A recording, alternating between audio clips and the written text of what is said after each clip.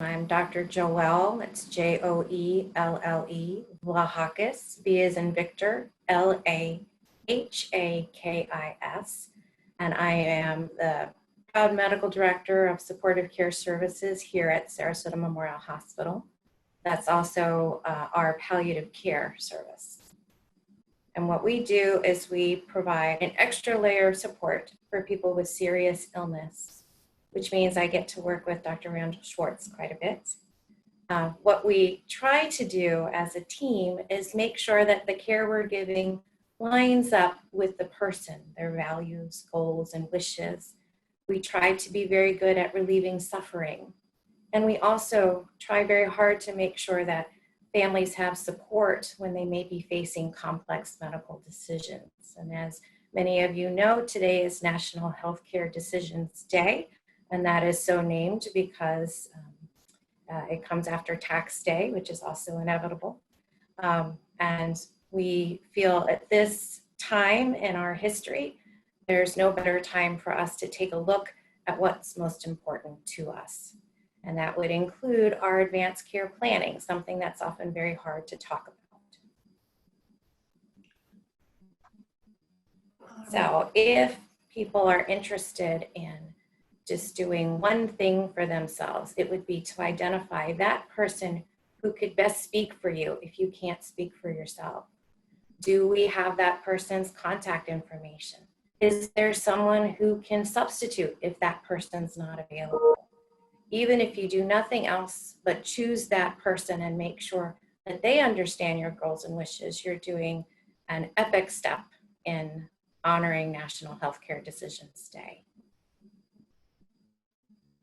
Great, thank you so much, Dr. Vlahakis. I am going to unmute Dr. Schwartz. Dr. Schwartz, if you can also go ahead and say and spell your name for everyone and give your title again, and then talk a little bit about what you're seeing. Sure. Hi, good morning, everyone. I'm Randall Schwartz, MD. It's RANDALLSCHWARTZ, MD. And I am a trained subspecialist in pulmonary and critical care medicine, meaning that we deal predominantly with diseases of the lung and respiratory tract, as well as overall manage the patients in the intensive care unit at Sarasota Memorial Hospital.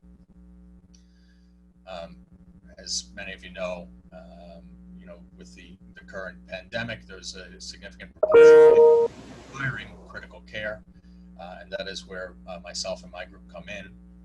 But even preceding this pandemic, our relationship with Dr. Vlahakis and her palliative care staff has been one of significant integration on a daily basis, and critical care goes hand in hand with considerations of advanced care planning and directives, as far as making sure that above all else, the things that we are doing, just because we're capable of doing them, does not always mean that we should, or it's in line with that patient's belief system or desires for themselves going forward in the scope of their care.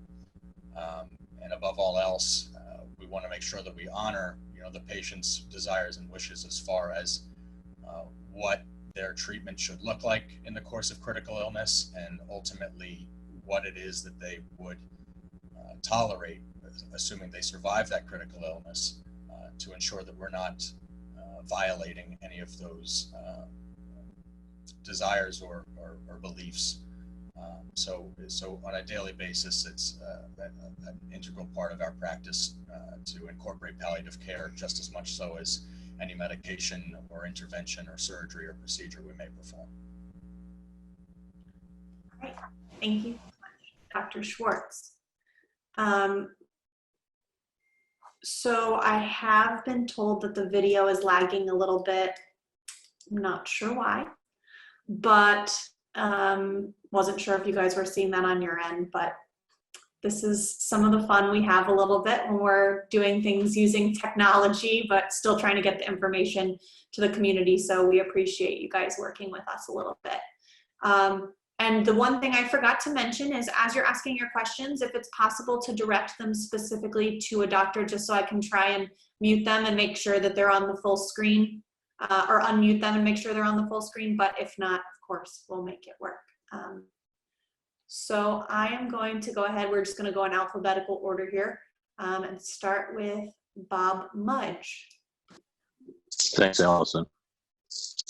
Two questions, I think, for Dr. Vlahakis. Number one, what are your recommendations for people to memorialize their wishes and the designation of person they wish to be making decisions for themselves? And then related to that, what should they do to ensure that the people who will be providing care have access to that information?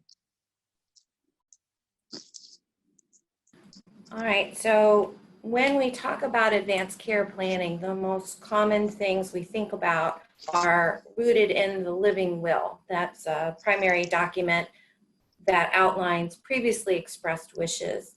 Usually that is enacted upon when someone meets one of three criteria, and that is that they have an end-stage condition, a terminal condition, or maybe threatened with a persistent vegetative state.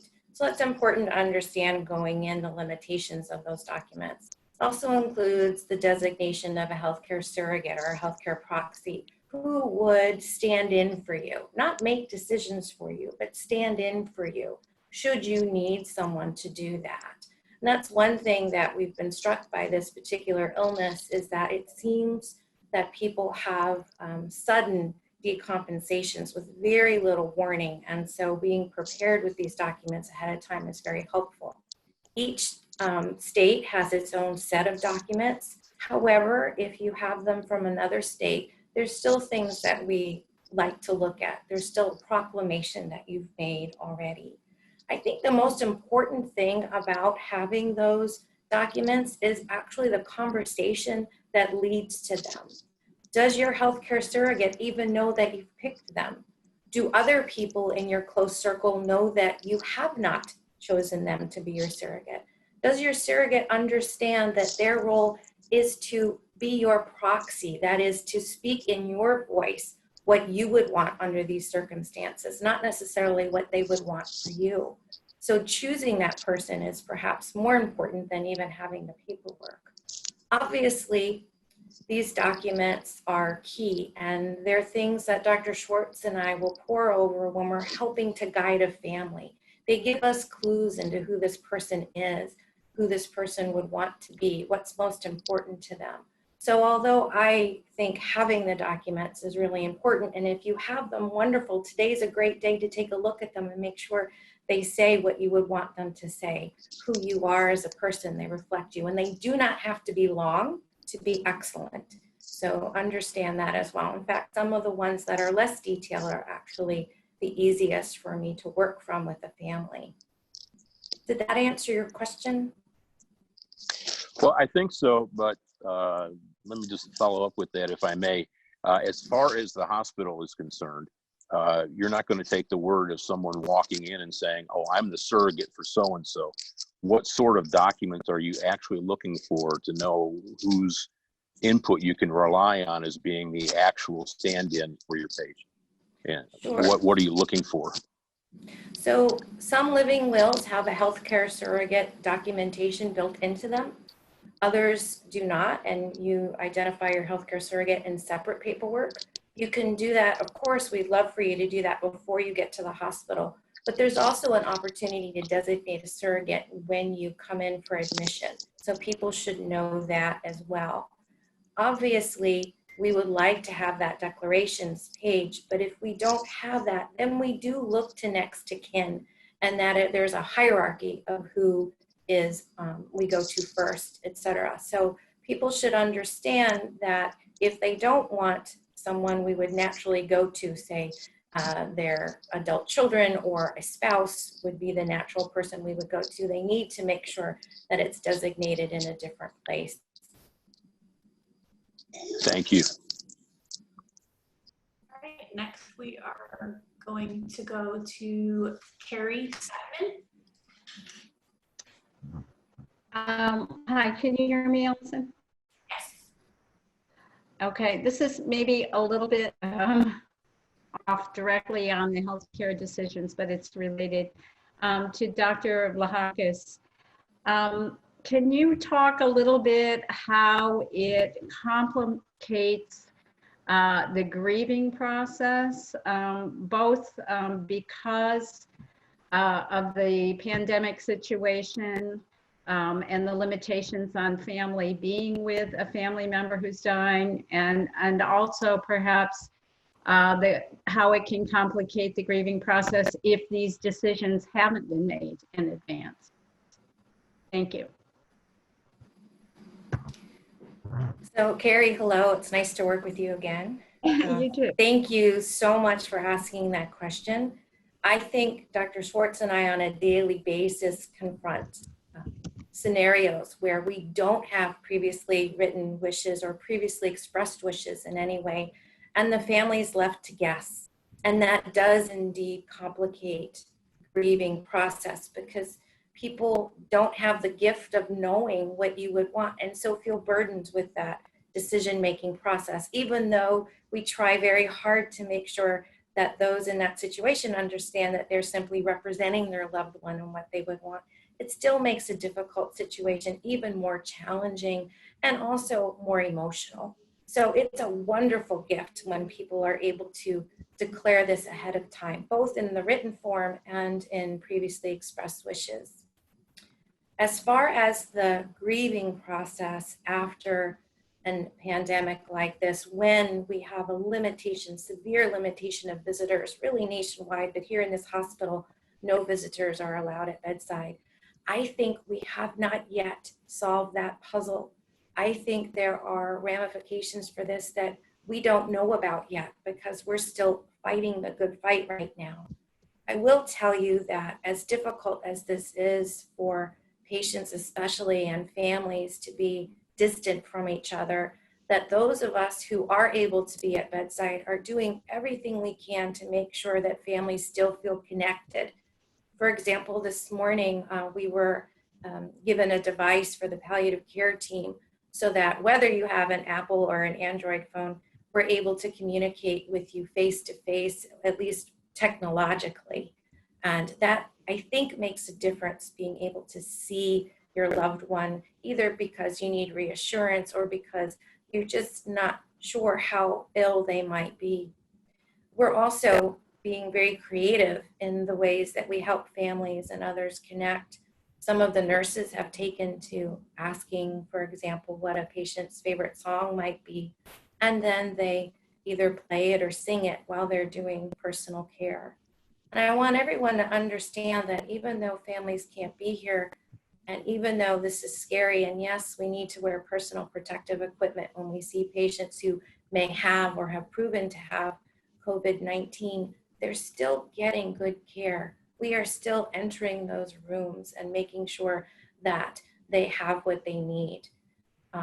It's not perfect, and we would rather families be here to advocate for their loved ones and to be here to hold hands. We think there's an element of healing that's missing for sure because families and loved ones can't be here, but people are still getting compassion and kindness all the time. We're doing our best. Again, Carrie, I don't know that we know yet how this is going to impact grieving when and if we lose someone. I think we're going to be seeing the ramifications of this for some time. I feel like we're learning as we're going, and it's been very challenging. Luckily, I have heroes in my mind, like Dr. Schwartz, to walk the road alongside us to try to figure it out as we go. Dr. Schwartz, were you motioning that you had something you wanted to add?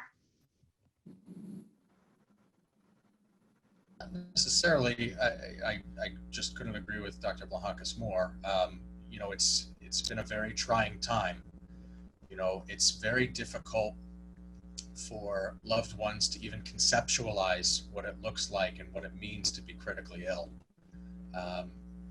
And even having people be able to visit in person as we previously were able to do, you know, to see all of the mechanisms in place and, you know, the condition of their loved one is a harrowing experience. It's still one that even before your eyes is very difficult to understand and truly grasp.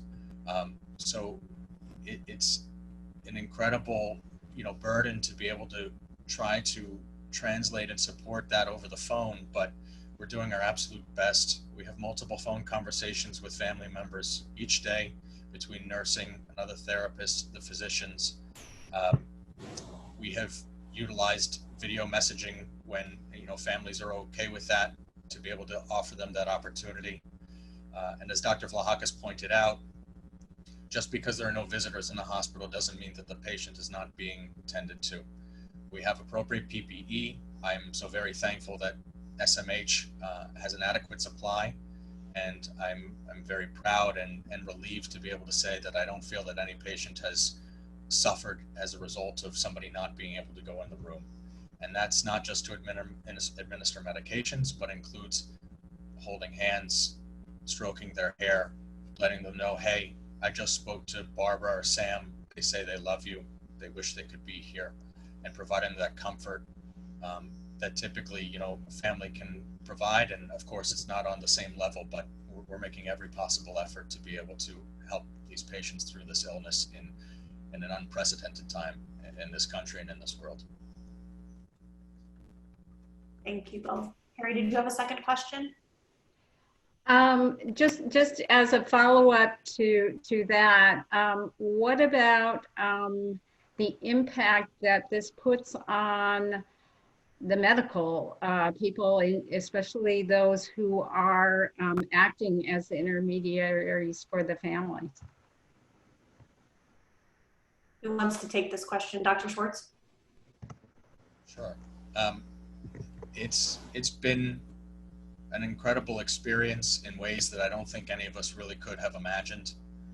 I will tell you that the acts that I have seen, the composure, the commitment, the sense of teamwork, camaraderie, and compassion that I've seen out of our team has been something I could never have expected. I'm elated to see it, and it's a true testament to the human spirit and being there for one another in times of crisis. And I've really seen every single person rise to the occasion in a manner that, again, I could never have fathomed. And I'm so incredibly proud to be a part of that team, and we'll continue to do the very best that we can. As far as the repercussions for that, it's been pretty well noted that there's a lot of emotional stress, as one would imagine, amongst healthcare providers. There has been certainly some depression, and understandably so, but not outside the realm of what I think any typical human response could be. But we're here every day. This is what our pledge has been. And we will continue to deliver the best care that we can, and we've been there for one another.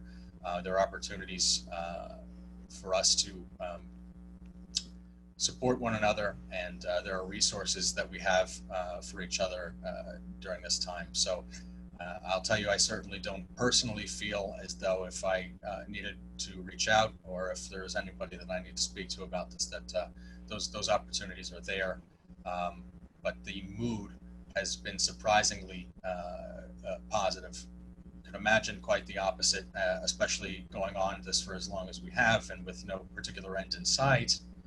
But at the same time, walking into the hospital each day, everyone is still just as committed and with a positive attitude about what it is that we're doing, because ultimately what we're doing is caring for people who need it, and I think that in and of itself, and continuing to remind ourselves of that, is support enough.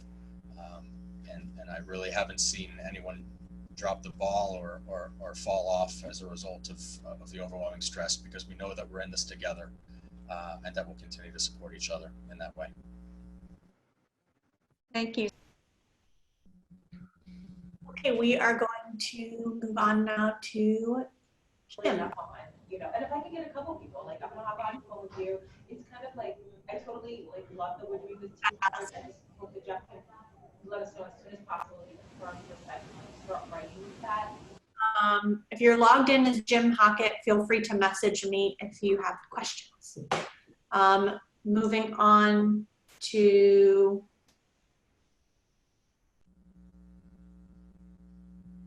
hold on. Okay, moving on to Kate. Kate Caldwell. Kate?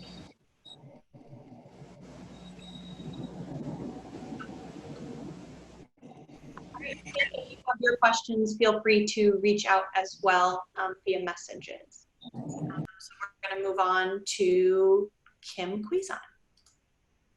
Kim? Allison.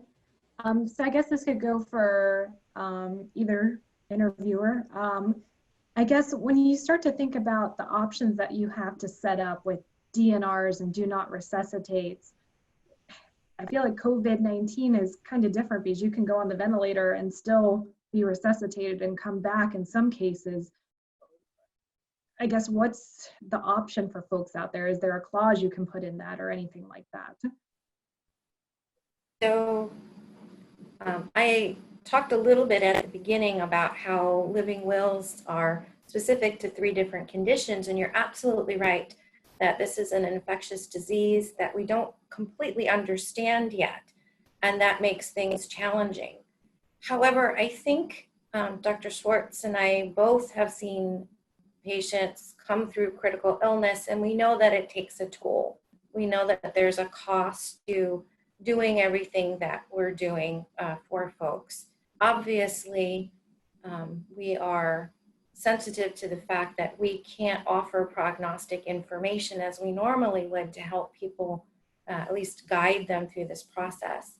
I do want to make sure that people understand that if you were to decide that you don't want that intervention, that we will still take very good care of you, that we have ways and sophisticated medical therapies that would allow you to not suffer air hunger or breathlessness during that time, and we would give you excellent medical care. And so we want people to understand that if they were to not choose the most intensive or heroic measures, that they would still get excellent care. And I think framing this conversation in terms of how long would be acceptable to be in the intensive care unit, unable to speak because you have to have the breathing tube in, sometimes being unable to move because some of the medications we need to use in order to keep your oxygen up cause paralysis for just the time you're getting those medications. How long would that be okay to do? Would you want to progress onward, say? Would it be okay to have some of the other modalities we need, such as a tracheostomy and a feeding tube? For how long would those things be acceptable to you? If your quality of life were going to be affected by this, probably challenged by this for a long time, weeks, months, maybe forever, at what level of quality of life would be acceptable for you? These are much more nuanced questions than what are posed by a living will. And unfortunately, we're having to rush people through this process because we're learning as we go the things that we need to know to take care of people. And again, it's not comforting when I'm talking with people and I'm not sure what's going to happen. I'm not sure if they'll get better on a ventilator. I think perhaps my colleague, Dr. Schwartz, might want to comment on that particular part of the critical illness, which my team is there for and supports, but doesn't actually head. All right. Dr. Schwartz, did you want to add to that? Thank you. So, you alluded to the idea that in this particular disease, it's possible to go on the ventilator and improve and come off. And while that is true, I'm sure everyone has seen some of the figures out of places like New York, where in some places they're seeing 80% mortality or death rate for those who go on the ventilator. It's important to note that this disease can and does progress to multi-organ failure, not just isolated to respiratory failure. And it has been very difficult up to this point to predict in whom that will happen. There have been some patients who have been isolated to respiratory failure with their other organ systems working, and it's a matter, as you allude to, of supporting them through that time on the ventilator with oxygen and helping to breathe for them while we, wait things out, so to speak, while, trying some of these novel therapies, which were a part of multiple trials currently. But at the same time, they can progress to kidney failure. We have multiple patients who have required, going on dialysis. They are in shock, septic shock, which existed far long before this pandemic and carries with it a hefty mortality rate as well. So it's obviously very difficult in prospect to determine, who is going to have those issues and who is not. And in that light, when determining your advance directive, it may make sense to say, well, you know what, I'll put up with being on a breathing machine for a short time, but if this means that my kidneys are going to be damaged and possibly, irreparably so, such that I would have to be on dialysis for months or perhaps, the rest of my life, that's something that would not be acceptable to me. And again, it's very difficult without the medical knowledge of this to be able to anticipate these things when you're just sitting at home at the dining table tonight with your spouse, determining what is acceptable and what is not.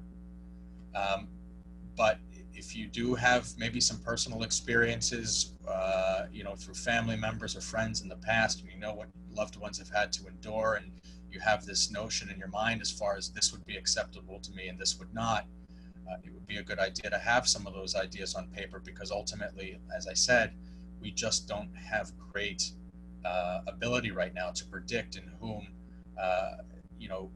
or who is going to progress into, multi-organ failure and have a more difficult course of recovery, if that's possible at all, versus those who are just buying some time with to support them through breathing or oxygen for a few days as they weather the storm and expected to otherwise make a full recovery. Okay, so just one quick follow-up. So basically you could write that in your wishes that, if I did get COVID-19, if it went to this step, like keep going until this happens kind of thing. It's not a form that you have to check boxes. You can write something on a sticky note if you want to that says, I don't want this. Of course, in reality, it's probably a little bit better than that, but to illustrate the point that there doesn't have to be any hefty legal language other than, it's very helpful to point towards somebody who can help to orchestrate or assist in the decisions if there's some clarification needed. But it can be as simple as a few bullet points to say, I'll do everything, but I don't want a feeding tube. But I'll certainly defer to Dr. Vlahakis on that as well if she has something to add. Again, I think it's a gift that you give your family to try to anticipate medical decisions that may come up and how you feel about them. Obviously, that might change as time marches on and we get better at treating this, but I think it's worthy of some thought about the things that you would be willing, I say, put up with. What would you put up with to get better? I think those of us who have chronic medical conditions have a head start on thinking about the things that we would be willing to put up with, because perhaps we've had some of those experiences interacting with the health system, and good, bad, or otherwise, they've formed up how we feel about what our limits might be. As Dr. Schwartz said, it can be awfully challenging to imagine what your limits might be without that experience of it. And sometimes that's where teams like Dr. Schwartz or my supportive care team comes in to try to help form up those ideas based on who you are as a person when we don't yet know what might happen next. So I would say continue to have conversations. Yes, write things down as they come to you. Some people are very sophisticated now about videoing themselves, saying what they would want. And boy, is that reassuring when a loved one is trying to figure something out and they can view it later even. So that's an opportunity perhaps that we've only started discovering because of the pandemic forcing us to use technology in a much more substantive way than we have before. But I think even just the conversation that you have with somebody who cares about you can lead you to how you feel about things and what you'd be, again, willing to put up with in order to try to get better, to have that chance. All right, Carrie Sheridan is not able to use her microphone, so I'm going to ask her question for her. She sent it in. She said that she'd be interested in hearing how the hospital will make decisions about critical care, including who will get access to ventilators and other life-saving measures should resources become overwhelmed. Do you have a plan for this, or are you following models used by other hospitals? So I'm also co-chair of our bioethics committee here, who've been working very hard to keep plugged in to what are happening at other states and the like. But here at the hospital, we have a very strong leadership team that keeps us very well informed. Dr. Schwartz can speak to this more than I can, but at this time, our systems are very well adapted to expand as needed to quite a large degree relative to our community size. So we're hoping to learn lessons from other states about the need for opportunities for people to get better. Behind the scenes, certainly there are very smart people working on plans should that not be the case, but at this time, it seems that we are strong and steady and able to meet the need. Dr. Schwartz, did you want to add to that a little bit? Only to reiterate the point, to put things in perspective currently, and I checked in this morning, but we are only using 10% of our ventilator capacity for the moment. There was an incredibly rapid and effective plan to expand the capacity of our intensive care beds to the point that it seems today we may be even able to pull back on that a little bit because we even over accommodated. So we, at least for the foreseeable future, have the resources necessary such that we will not have to choose who gets care and who does not. I pray that day does not come, but we need to remain vigilant and expect the worst while hoping for the best, and constantly reconvene, which has been happening on a daily basis through our COVID-19 response team, to the point that we get daily emails. We have the metrics, we have the numbers, we know what our resources are, where our PPE lies, so that everybody is in the know. And that transparency has led both to comfort from a staff perspective, as well as allowing us to better orchestrate our care and do our jobs to the most effective degree possible. So as long as I think we have that information at hand, we can constantly, evolve the conversation to fit the needs of our institution. But where we are right now is exactly where I would wish we would be in this situation. All right, next up we have Lia. You hear me? Yes. Okay, awesome. So this is for either of you. So I know when you're younger, you're usually not thinking or planning for somebody to be able to speak on your behalf if you're in the hospital and not able to yourself. With this virus, like you said, we don't know much about it, but what we do know is it's not just affecting one age group, it's affecting all of us. So is this a conversation that everyone needs to have, no matter if you're 18, 25, 55, 60? I'm gonna let Dr. Vlahakis answer this one. Right. So I'm a big fan of being over-prepared anyway, but I definitely feel that having an advanced care plan is a good idea no matter what your age range is, especially if you have family members that you want to unburden with that particular decision. I myself have already talked with my children at home who are nearing adulthood or quasi-adults about the fact that my healthcare surrogate is not them right now, that I didn't want to burden them, that my healthcare surrogate, should I become ill, is my sister. And I have two sisters, and one is more able to fulfill that role than the other. We've talked about it amongst ourselves. I think anytime that you have an excuse or an opportunity to think about how you feel about this, which is so hard, because it's so hard to imagine life when we're less able to speak for ourselves, is a good idea. And I think any changes to that, whether you're married, get married, have children, marriages end, pick a different person, I think anytime you go through a life change or a life challenge, it's a wonderful opportunity to take a look at what you would, as I say, be willing to put up with to get better. Thank you. And then my second question would just be, this is a very heavy topic to be discussing with your family in the midst of all of this that's already creating fear. Is there any kind of positive news to kind of give our viewers? I know it was very recent when we had these clinical trials start with these treatments. Has there been any update with how they're doing? Have we seen any kind of light that they may be working, just to be able to pass along some good news?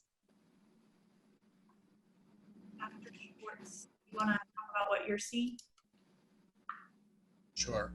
You're right. It's very early on, and even for the international centers who maybe got a head start because they were hit with this earlier, there is an exorbitant amount of data. However, there is an incredible lack of control as far as the way we would typically structure these trials. So all we really have to go on right now is anecdotal evidence. So I do agree that it's too early to be able to say, but what I can tell you is we're using or utilizing these therapies where they're indicated with a high index of suspicion that we may not get much out of them, and watching very closely for the potential adverse issues that we could find as a result of that, to the point that, we have seen some patients go on some of these therapies and have to come off. But to be quite honest with you, it's unclear if it's COVID itself that's leading to the issues, or on the other hand, it's the medications. Sometimes can be both. But to come back to your question as far as are we seeing some light? We are. I mean, there are patients who we are taking off of, getting the breathing tube out of, either coming off of life support, they're making a recovery, and they're leaving our ICU. And we've actually discharged far more patients from the hospital than have been admitted to our ICU, and exceptionally more than we've unfortunately lost. So it's important to keep in mind that this is still a virus that, for the bulk majority of people who will contract it, it'll be a little worse than the common cold, but it should also be equally emphasized that that shouldn't cause anybody to take a less than vigilant outlook on it as far as trying to avoid it, because, as I said, we don't get to pick and choose who does well and who does not. But we are certainly seeing improvement in a lot of these patients. I think Dr. Vlahakis wanted to add to that. Yeah, I see extraordinary things every day.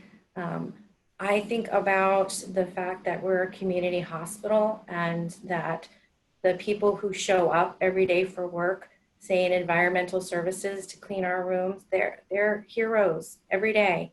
And we pass each other in the hallways and we check in with each other.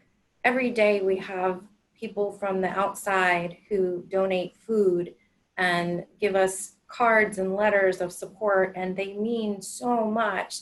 I think all of us who live and work in Sarasota are vaguely aware of the fact that we're a public hospital, community-based hospital.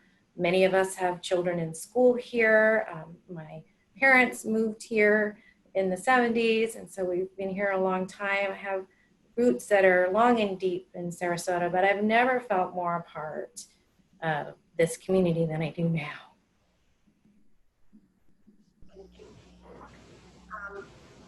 For the last questions, we are going to open this up to SNN if someone's there. Yep. Hi, it's Sam. I hope you can hear me through the mask. First question, probably for Dr. Vlahakis. This is something where in Sarasota, we obviously have a lot of people come here from out of state. So how much do people have to pay attention to different state rules, as well as if your proxy themselves is out of state, what they need to know about what's happening in Florida? Yeah, so many of our community members are from elsewhere, and it's not uncommon in a regular day prior to the pandemic for me to call people who are based in other states, sometimes other countries. So that's not new or unusual for us. It's always wonderful though when I call a family member who's prepared. I know what mom would want. I know what she told me. I know what she said. That is a much different conversation than having to guide them through complex medical decisions when they can't see what's happening, when they maybe don't know what their loved one might. And of course, the big uncertainty is how we might do with this illness. So, you know, I get less worried about people who have documents from other states, even though, of course, we would love it if everybody brought us the paperwork that's Florida approved. That would be terrific. But those other documents still have information in them. But I would almost prefer truly to speak with somebody, a family member or whoever you designated as your person, who has real firsthand knowledge of who you are and what you would want. There are countless scenarios that Dr. Schwartz and I encounter in our careers where there's no descriptor of that exact thing in a living will, but the knowledge you have of that person and what's important to them and who they are is probably the single biggest important factor in helping guide people through medical decisions. Thank you for the question, because that's something that happens often. And now, of course, with our no visitor policy, the phone conversations are becoming something much more common. You know, and I think with those phone conversations themselves, that's the biggest thing for family members, is that they can't see what their loved one looks like, and they are not seeing firsthand what their loved one is going through. And there's a lot of worry from the loved one's perspective. You know, what if I miss a phone call from the hospital? You know, what if they can't reach me? You know, what advice would you give to those people who are home waiting by the phone for information? I would say that understand that this is a communal experience that we're having, and that we're all suffering some degree of trauma because of this illness, and we're going to get through it. Lean on people who you haven't called in a while, perhaps, to help relieve some of that anxiety. Reflect on other times when you may have been anxious or upset about something. What were things that helped you back then? I know for me, my yard has never looked better, because that's something I can actually work on to help work through any of my stress. This is unprecedented, and I wish I had role models for you to say, this is exactly how you should behave. We don't right now, and maybe that's okay. Maybe we're learning as we go. I would say that if you can connect with one person, one nurse, one physician that's taking care of your loved one that you can build a trust relationship with, I think that goes a long way to diminishing anxiety. And we are trying to get better at this too. We are trying to be more descriptive in our phone calls so that we give you an amplified version of what we normally do in a phone call. We appreciate the fact that people are being patient with us as we figure this out. It's incredible. I had a loved one tell me recently when I suggested to her, you know, look, I'm not able to see you. I don't know your facial expression or your body language. We're talking about really hard things. If it becomes too much, please let me know. And then when she let me know that it was a little hard for her and we were able to take a break, I thanked her that she was able to tell me that. So we're learning new ways to communicate with each other that I hope will be helpful, but we're kind of making this up as we go together. And you need, as a family member, to let us know what's going to help you. Maybe it's a phone call at a specific time every day, so you're not waiting by the phone. Maybe it's a call with more than one team member of your loved one so that you feel like you have an interdisciplinary approach. So you might not know what you need right now, but think about those opportunities and those potential things to help relieve your anxiety. I hate those poor folks, you know, that they're waiting by the phone and every time it rings, they get heart rates, you know, or to rival our patients. That's no way to live your life, and it's certainly not good for your health either. All right, thank you. I believe we've gone through all the questions, so I want to give each doctor an opportunity to share any final thoughts. Is there anything you think, Dr. Vlahakis, that we missed or that you'd like to touch on? I like the mask. We're not wearing our mask because we're isolated in our offices right now, but as soon as I leave here, it's going on.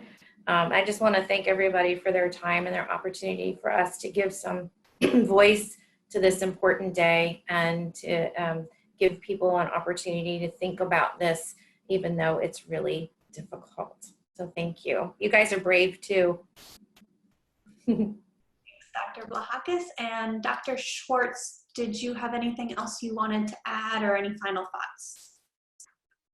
I just want to thank everyone for being here so that we can raise awareness of this topic, and just to echo Dr. Vlahakis' point that it's truly never too early to think about these things. I too have an advance directive along with my wife.